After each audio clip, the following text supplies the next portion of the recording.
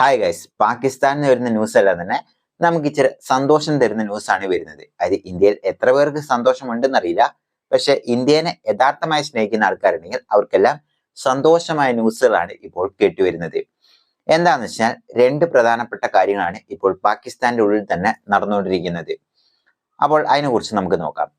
ഇപ്പോൾ നമ്മൾ നോക്കുകയാണെങ്കിൽ അതായത് ചാമ്പ്യൻസ് ട്രോഫി ഒരു സൈഡിൽ കൂടെ നടന്നുകൊണ്ട് പോവുകയാണ്. അപ്പോൾ ചാമ്പ്യൻസ് ട്രോഫിയിൽ ഇന്ത്യൻ പ്ലേയേഴ്സ് പാകിസ്ഥാനിലോട്ട് പോകാത്തത് പാകിസ്ഥാനിലുള്ള ജനങ്ങൾക്കും അതുപോലെ തന്നെ അവിടെയുള്ള എല്ലാ ആൾക്കാർക്കും ഇന്ത്യനോട് പൊതുവെ ഒരു ശത്രുത കൂടി. അപ്പോൾ ഇന്ത്യനെ കളിപ്പിക്കില്ല എന്നൊക്കെ പറഞ്ഞുകൊണ്ടിരുന്ന ബോർഡാണ് വേറെ വഴിയില്ലാതെ ദുബായിൽ അവർ വന്ന് കളിക്കേണ്ട അവസ്ഥയായി.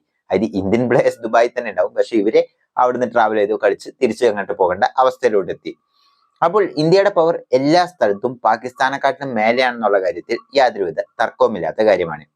അപ്പോൾ ഈ ചാമ്പ്യൻസ് ട്രോഫി നടന്നുകൊണ്ടിരിക്കുന്ന ആ ഒരു സമയത്താണ് ഇവര് ഇന്ത്യയുടെ ലൈൻ ഓഫ് കൺട്രോൾ എന്ന് പറയും, അതായത് ഇന്ത്യയും പാകിസ്ഥാനും ഉള്ളതാണ് ലൈൻ ഓഫ് കൺട്രോൾ. അപ്പോൾ ഈ ഒരു സ്ഥലത്ത് നിന്ന് അവർ മെല്ലെ ഉള്ളിലോട്ട് കയറി വന്ന് അവിടെ ഫയറിംഗ് നടത്തിയാൽ, അപ്പോൾ പൊതുവെ ഫയറിംഗ് നടക്കുകയാണെങ്കിൽ അരമണിക്കൂർ അവർ ഫയർ ചെയ്യണമെങ്കിൽ നമ്മളും തിരിച്ച് ഫയർ ചെയ്യാറുണ്ട്. പക്ഷെ ഈ വട്ടം ഇന്ത്യൻ ആർമി ചില സീരിയസ് ആയി എടുത്തു. അതായത് ഇന്ത്യൻ ആർമിന്റെ 2 ആർമി ഓഫീസറിനെ പരിക്ക് പറ്റി. ഇത് ഏറ്റവും സങ്കടം തരുന്ന ഒരു ന്യൂസാണ്. പക്ഷെ തിരിച്ച് നല്ല ശക്തമായി തന്നെ കൊടുത്തിട്ടുണ്ട്. 5 പാകിസ്ഥാനി സോൾജേഴ്സിനും അതുപോലെ തന്നെ കുറെ പാകിസ്ഥാനിലെ ജനങ്ങൾക്കും ഇതിൽ അഫക്റ്റ് ആയി എന്ന് പറഞ്ഞുകൊണ്ട് പാകിസ്ഥാൻ ക്ലെയിം ചെയ്യുന്നുണ്ട്. അപ്പോൾ ഇതെല്ലാം തന്നെ ഒരു വശം നിൽക്കുമ്പോഴാണ് അപ്പുറത്ത്, അതായത് അഫ്ഗാനിസ്ഥാനിൽ നിന്ന് ഒരു ഫ്രണ്ടും കൂടെ ഓപ്പൺ ചെയ്തിരിക്കുന്നത്. അതായത് അഫ്ഗാൻ ആർമി ഡയറക്റ്റ് ആയിട്ട് പാകിസ്ഥാനുമായിട്ട് അറ്റാക്കുകൾ നടത്തിയിരിക്കുന്നു. ഇതും ഏറ്റവും വലിയൊരു പ്രശ്നമായി നിൽക്കുന്നു. അതായത് പാകിസ്ഥാന്റെ ലൈഫിൽ തന്നെ ഇത് ആദ്യമായിട്ടായിരിക്കും 2 സൈഡിൽ നിന്ന് ഒരുമിച്ചൊരു അറ്റാക്ക് ഉണ്ടാവുന്നത്. ഇന്ത്യയുടെ സൈഡിൽ നിന്നും അതേ സമയത്ത് അഫ്ഗാനിസ്ഥാന്റെ സൈഡിൽ നിന്നും. ഇത് പോരാഞ്ഞിട്ട് പാകിസ്ഥാന്റെ ഉള്ളിൽ തന്നെ നിൽക്കുന്ന ടി എന്ന് പറയുന്ന തെഹ്രിക്ക് താലിബാൻ എന്ന് പറയുന്ന ഇവരും അതിൻ്റെ ഉള്ളിൽ നിന്ന് അറ്റാക്ക് ചെയ്യാൻ തുടങ്ങി. ഇവരെ അറ്റാക്ക് ചെയ്തതിൽ ഏകദേശം, അതായത് ഈ അഫ്ഗാനിസ്ഥാനത്തെ ആർമിയും അതുപോലെ തന്നെ തെഹ്രിക്ക് താലിബാനും കൂടെ ചേർന്നുകൊണ്ട് ഖൈബർ 19 എന്ന് പറയുന്ന അവിടെ അറ്റാക്കുകൾ നടത്തി. ഇതിലും കുറേയധികം പാകിസ്ഥാൻ ആർമി സോൾജേഴ്സിന് ജീവൻ നഷ്ടപ്പെട്ടു. ഇത് മാത്രമല്ല, തെഹ്രിക്ക് താലിബാൻ ഒരു സ്റ്റെപ്പ് ഇറങ്ങിപ്പോയി. അതായത് പഞ്ചാബികൾ, അതായത് പണിക്ക് വന്ന പഞ്ചാബികൾ, അതായത് ഇന്ത്യൻ പഞ്ചാബികളെ, പാകിസ്ഥാനിലുള്ള പഞ്ചാബികളെ 8 പേരെ വെടിവെച്ച് കൊന്നുകയും ചെയ്തു. അപ്പോൾ ഇത് പാകിസ്ഥാനുള്ളിൽ വലിയൊരു കൺസേൺ ആയി നിൽക്കുന്നു. അതായത് താലിബാൻ വന്നു കഴിഞ്ഞപ്പോൾ ഇന്ത്യക്കിനി, അതായത് കാശ്മീർ വരെ പ്രശ്നമാണ്, അതായത് താലിബാനും കൂടെ പാകിസ്ഥാന്റെ കൂടെ ചേർന്നുകൊണ്ട് ഇന്ത്യക്ക് അറ്റാക്ക് ചെയ്യും എന്ന് പറഞ്ഞ് വിമർശിച്ച ആൾക്കാരെല്ലാം തന്നെ ഇപ്പോൾ പതുങ്ങിയേക്കാണ്. അതായത് ഇന്ത്യയും താലിബാനും കൂടെ ചേർന്നുകൊണ്ടാണ് ഇപ്പോൾ പാകിസ്ഥാന് അറ്റാക്കുകൾ നടത്തിക്കൊണ്ടിരിക്കുന്നത്.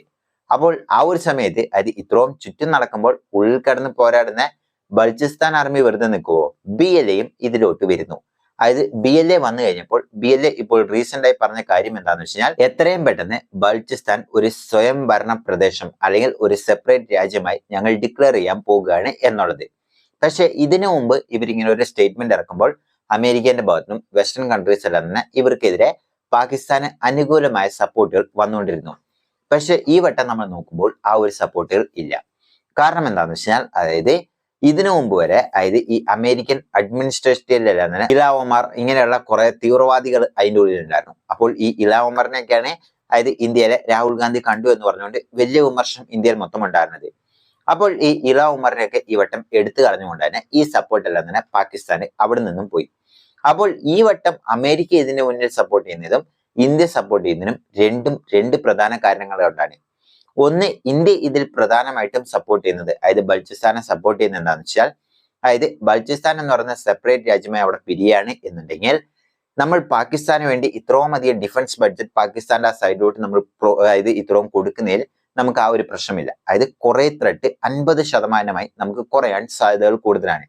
ഇത് ഒന്നാമത്തെയാണ്. കാരണം ഒരു പ്രശ്നം വരുമ്പോൾ 3 ടയർ അവര് അറ്റാക്ക് ചെയ്യേണ്ടി വരും. ഒന്ന് ബൽചിസ്ഥാൻ, ഒന്ന് അഫ്ഗാനിസ്ഥാൻ, അതുപോലെ തന്നെ ഇന്ത്യ. അപ്പോൾ ഈ ഒരു പ്രശ്നം നോക്കിക്കൊണ്ടാണ് ഇന്ത്യ ബൽചിസ്ഥാനെ സപ്പോർട്ട് ചെയ്യുന്നത്. പക്ഷെ അമേരിക്കയെ സപ്പോർട്ട് ചെയ്യുന്ന മറ്റൊരു കാര്യമാണ്, അതായത് ചൈനയും പാകിസ്ഥാനും കൂടെ ചേർന്നുകൊണ്ട് അവരുടെ CPEC എന്ന് പറയുന്ന ആ ഒരു പ്രോജക്റ്റ്, അതായത് ചൈന പാകിസ്ഥാൻ എക്കണോമിക് കോറിഡോർ, ആ ഒരു പ്രോജക്റ്റിലൂടെ ഏകദേശം $60 ബില്യൺ ഇതേ, അതായത് ഈ ബൽചിസ്ഥാൻ എന്ന് പറയുന്ന ഈ ഒരു മേഖലയിൽ മാത്രമാണ് അവർ ഇൻവെസ്റ്റ് ചെയ്തിരിക്കുന്നത്. അതിലും 260ഓളം പ്രോജക്റ്റുകൾ മാത്രം ഈ ബൽചിസ്ഥാനിൽ ഉണ്ട് എന്നാണ് കണക്കിലാക്കുന്നത്.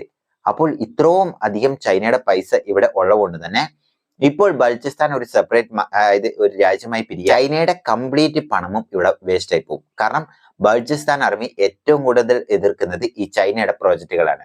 അപ്പോൾ ഇങ്ങനെയുള്ള പ്രോജക്റ്റുകൾ അവിടെ എതിർക്കുമ്പോൾ അമേരിക്കയ്ക്ക് ഇതിലൊരു ആഡഡ് അഡ്വാൻറ്റേജ് ആയി വരികയാണ്. അതായത് ചൈനയുടെ ഇത്രയും പൈസ ഒറ്റയടിക്ക് അതായത് തീ കത്തിച്ചു വിട്ട അവസ്ഥയിലോട്ട് മാറ്റും. അപ്പോൾ ഇതിലാണ് അമേരിക്ക ഇതിലോട്ട് മെല്ലെ പിന്താകുന്നത്. ഇവിടെ ചൈനയും അതുപോലെ തന്നെ ഈ പാകിസ്ഥാനും ഒഴിച്ച് ബാക്കി എല്ലാ രാജ്യങ്ങളും ഇപ്പോൾ അതായത് ഈ ഒരു പ്രോജക്റ്റിൽ നിന്ന് കൈവിട്ട അവസ്ഥയിലോട്ടാണ് പോകുന്നത്. അപ്പോൾ ഇതെല്ലാം കൊണ്ടാണ് ഇപ്പോൾ ഇന്ത്യക്ക് ഒരു അഡ്വാൻറ്റേജ് ആയി നിൽക്കുന്നത് എന്ന് പറയുന്നത്. അപ്പോൾ നിങ്ങൾ എന്താണ് ഇതിനെ കുറിച്ച് വിചാരിക്കുന്നത്?